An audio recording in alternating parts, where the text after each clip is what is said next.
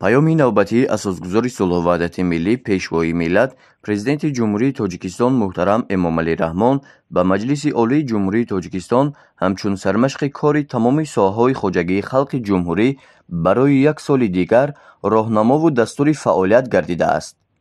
امروزها در تمام ساحه‌های خوجگی خلق شهرحصار جهت اجرای این حجت مهم و دستور سپارش‌های در آن ذکر گردیده نقشه کاری تعیین گردیده عملی گردیدن آن از جانب مسئولین ساحه تأمین می‌گردد. در پیام سالانه راهبر دولت محترم امامعلی رحمان با نیکی یاد کردند که شهروندان باننگ و ناموس و زحمت پسند تاجیکستان در دایره چاره‌بینی‌های جشنی 30 سالگی استقلال دولت جمهوری تاجیکستان در اساس امر پرزیدنت مملکت کارهای سازندگی و بنیادکاری را در قلمرو مملکت وسعت بخشیدند که توانست تاجیکستان عزیز ما را به مرحله صفتا نوی رشد روبرو سازد. واقعا هم 30 سال صاحب استقلالی برای مردم شریف کشور سال پر از فاجعه های تاریخی، بردباری ها، کامیابی های نظررس تاریخی به شمار می رود.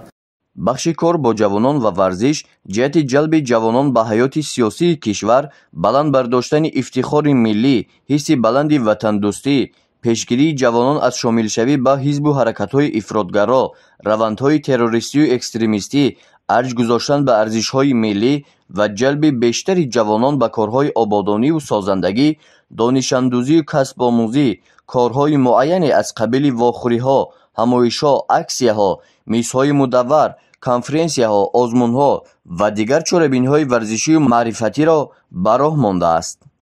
در هر یک پیام خود پیشوای معظم ملت نسبت نسل نورس نسبت جوانان دقت مخصوص میدهند و در اساس دستور سپارش‌های پیشوای معظم ملت امروزها بهر در عمل تطبیق نمودن سیاست دولتی جوانان و ورزش در شهر حصار یک قطار کارا راه اندازی گردیده است و غمخوری پدرانه پیشوای معظم ملت است که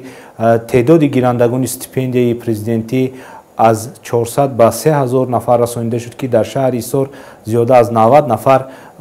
مشرف به گیرنده استیپندیای پرزیدنتی گردیدند و در آزمون فعالانه اشتراک نموده سزاوار جایهای نمایان گردیدند. مقامات اجرایی حکومت دولتی شهرحصار روند اجرای قرار و سپارش‌های حکومت جمهوری تاجیکستان و دیگر چاره‌بینی‌هایی را که وابسته به تامین رشد اجتماعی و اقتصادی شهر نگرانیده شده‌اند تحت نظارت دائمی قرار داده جهت تطبیق سریع وقتی آنها در آینده نیز چاره‌های ضروری می‌اندیشد.